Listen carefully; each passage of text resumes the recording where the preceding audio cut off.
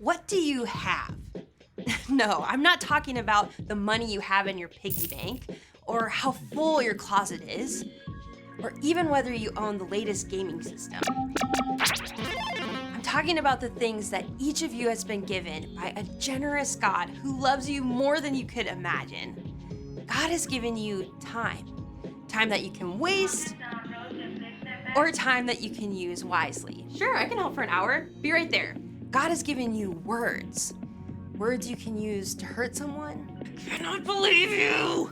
Or to make someone stay. Way to go, you rocked it! God has given you unique talents and abilities. Gifts you can ignore, or gifts that you can grow. Yes, God has trusted you with so much, and He's with you every step of the way to help you use it wisely. When you show that you truly can be trusted with what is expected of you, others can see God at work in you. And that's why responsibility is an amazing way to worship God with your life. Because worship is about more than just singing loud. It's all about living loud.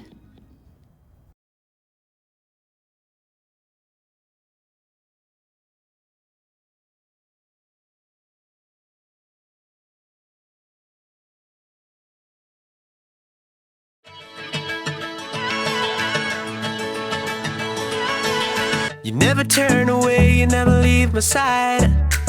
And every time I call your name out just to find that you're already right here with me, never been alone.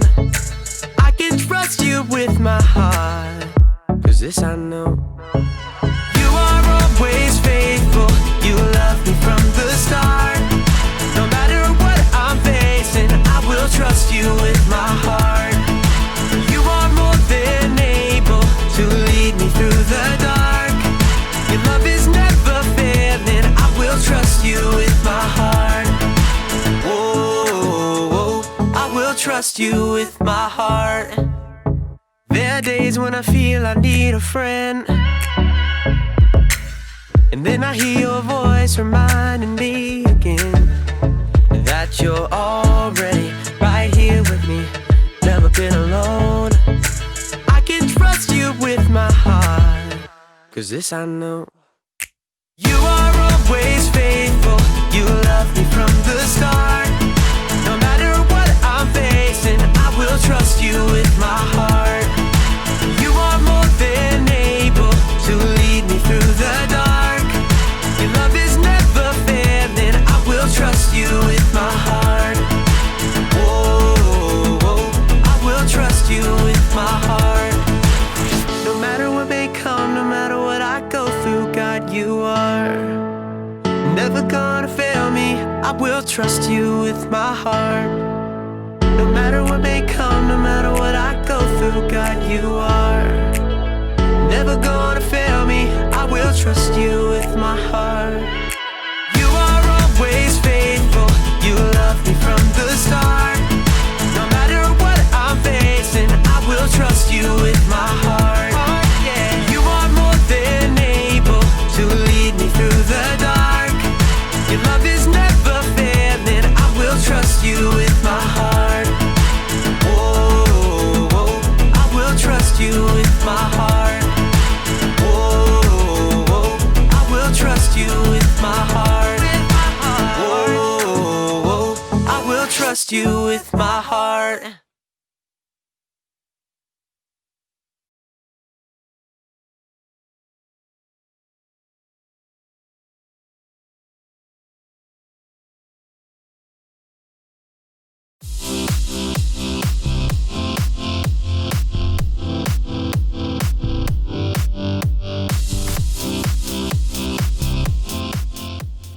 Done! Oh, here we go.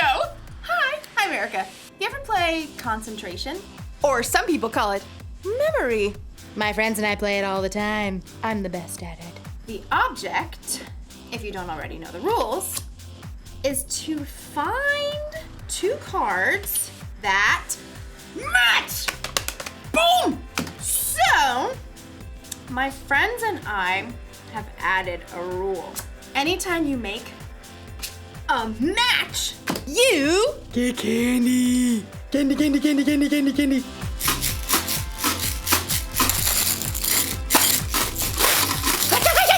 What can I do? It's a rule, and rules are part of life. Yes! You've got to talk about rules when you're talking about responsibility. Responsibility is showing you can be trusted with what is expected of you. Of course, the rules don't say I have to eat candy every time I get a match. So, usually, I save it for later. This is what I've won so far. I mean, what can I say? I know how to pick 'em. My friends are like, you're too good at this game. Give us some candy. And I'm like, get your own. I might have a problem. No. Today's story is one that Jesus told about a man who had a little problem with sharing. Who knows what that's like? I'll see you in a bit. Mine.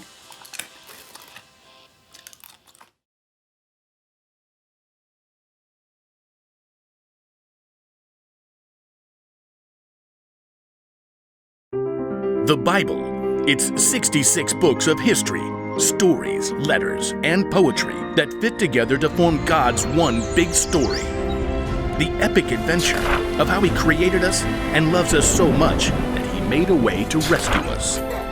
As we travel through the Bible, from Genesis to Revelation, we discover people who met God and found their lives changed forever. Now, for an amazing story, inspired by the book of Luke, chapter 12, verses 13 through 21. Everywhere Jesus went, large crowds followed him. Some really wanted to learn and change. Some were just curious. Others, like the religious leaders, listened to Jesus' words so they could trap him with tricky questions. But there were some people who just wanted Jesus to back them up, to tell them that their way was the right way. One of these was a man, we'll call him Ezra. Teacher! Hey! Teacher! Ezra's demand was loud enough that everyone stopped talking to look at him. Are you gonna let me through or what? Ezra shoved through the crowd, dragging another man behind him, his brother. Teacher! You've got to tell my brother here that he has to divide the family property with me. Ezra's brother looked like he wanted to sink straight into the ground. Jesus turned to Ezra.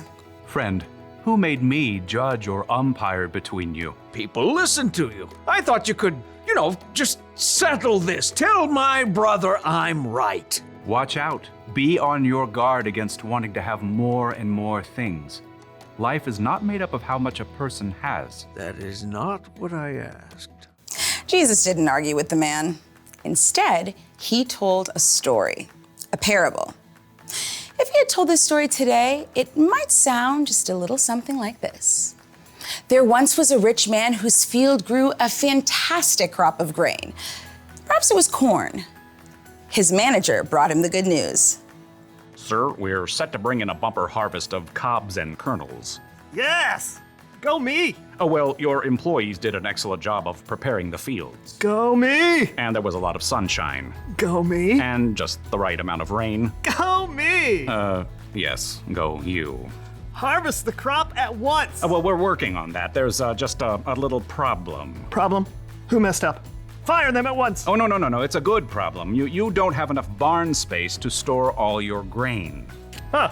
I'm just too successful. Go me. Well, I was thinking you could share some of the grain. Share it. Well, yes. Some extra bushels for your employees, maybe give some of it away, popcorn for all the kids in town, hold a cornbread festival for everyone. But it's all mine. Oh, yes. Yes, it is. I know. I'll tear down my barns and build bigger ones. Then I can store up all the extra grain for myself. Oh. See to it. I want those new barns up by the time the corn harvest is in. Yes, sir. The old barns were torn down and brand new, bigger barns were built. Perfection! Is the corn harvest complete? Yes, sir. All finished. Excellent. Have the men store it all in these new barns immediately. But they're so tired. I said immediately. Yes, sir. At last, the rich man's entire corn crop was stored in his shiny new barns. He settled back in a comfy deck chair and surveyed his property as the sun set. Go me! Self, you've done pretty well for yourself. You got grain stored away for a lot of years to come. He popped a gourmet corn chip into his mouth. Self, take it easy. Eat, drink, and live it up. You foolish man. The rich man nearly choked on his chip. Excuse me? The rich man looked around, but he could see no one. He was entirely alone. Oh, great. Is this supposed to be some God moment where I discover what I've been doing wrong? That's exactly what it was. You foolish man. Tonight I will take your life away from you.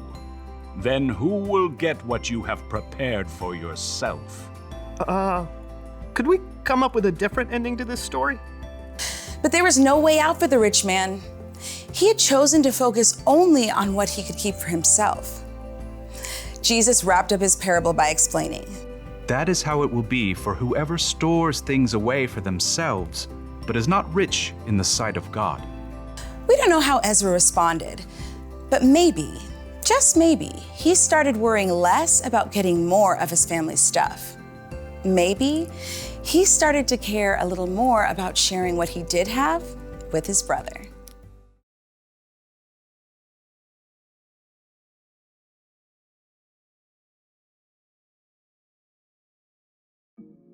Jesus told the story of a rich man. He had more than enough food for himself to eat, and he kept it all. Every last grain. Don't misunderstand me. There's nothing wrong with saving. It's good to save your allowance money for that new toy you want. It's good to save candy for later instead of eating it all at once. But saving wasn't the problem with the rich man. No. His problem was his heart. He loved himself and his stuff more than he loved other people. And that's not good, because people are always more important than stuff. You see, I can't say that I'm a follower of Jesus if I'm going to be selfish with the things I have. Those things don't match. It's our responsibility to share with others, and we all have something we can share. Maybe you have time to share, or money, or candy. You're going to have all kinds of chances in your life to share with someone who has less than you. Don't miss your chance. Here's a rule for life to remember today. Share what you have. I've got candy to share next time I see my friends. I've got clothes I don't wear anymore that I could donate. And I've got time if anyone wants to play concentration with me later. Although I warn you, I'm pretty much the best at it. See you next time. I'll save you some candy.